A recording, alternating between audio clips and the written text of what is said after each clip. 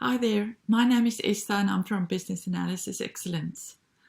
I bet you are here because you want to learn about business analysis and you want to be able to go out there, get a job as a business analyst or improve your results within your current job. Now, I've been a business analyst for 20 years. I've done all kinds of different projects. I've worked within different capacities as a business analyst. During this course, I want you to learn the big picture so that you can make informed decisions around your career as a business analyst. But I also want to make sure that you know all those practical skills, the things that you really need to know and be able to do in order to be effective within business analysis. So keep an open mind. I look forward to sharing with you all my experience, all my knowledge, and everything that I believe you need to know to be effective as a business analyst.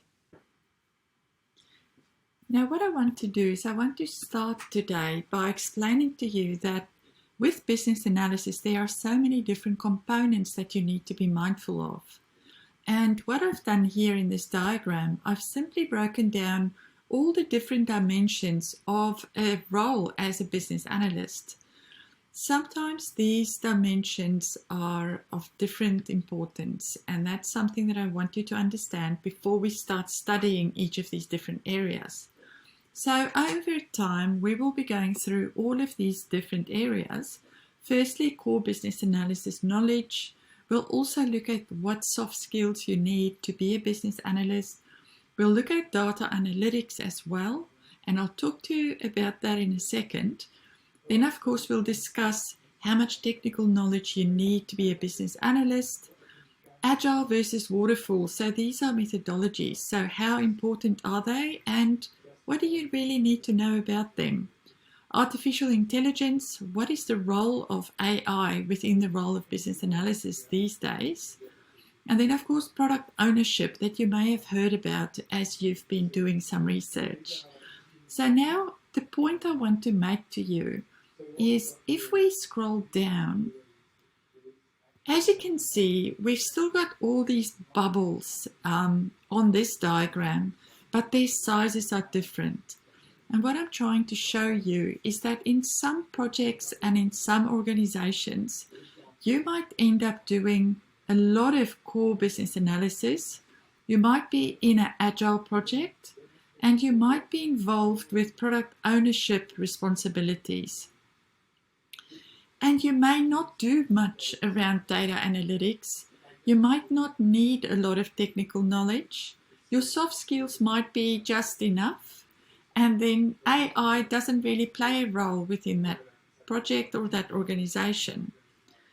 But then, as you move on to your next job, you might be in a situation where data analytics is suddenly really, really important. So this particular role or this project is relying heavily on the knowledge that you might have around data analytics.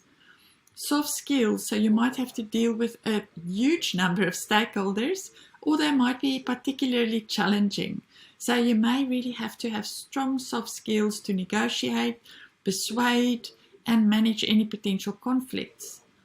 Other skills like your methodology knowledge or your AI knowledge or your product ownership knowledge or even your core business analysis knowledge and technical knowledge might be skills that you do use, but it's not nearly as important to you in this role as data analytics and soft skills might be. So what am I saying? I am basically saying that every business analysis job will be different. Sometimes you'll be called a business analyst. Sometimes you might be called a data analytics expert. Your role title doesn't matter so much. And what's important for you to understand is that projects are all very different and they all have different requirements.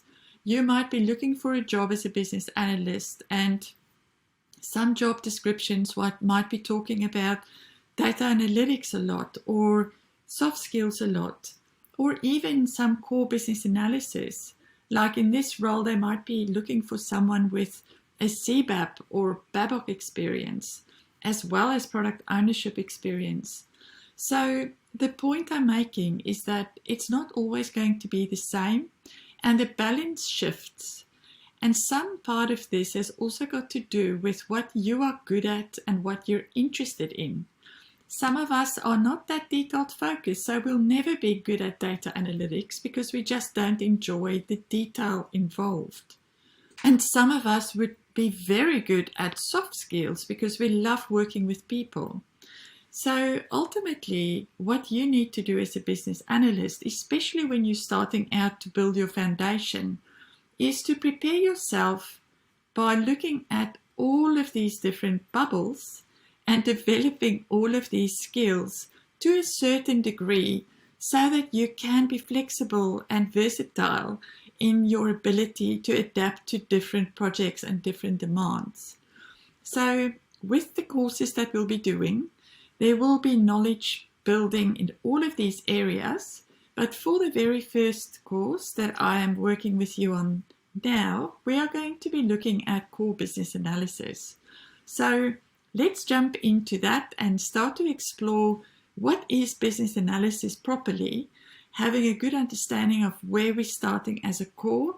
And I will keep referring back to this diagram because I think it's important for you to keep perspective of where we are at and specifically in which bubble does the knowledge that you're gaining fall. Okay, let's move to our next lesson.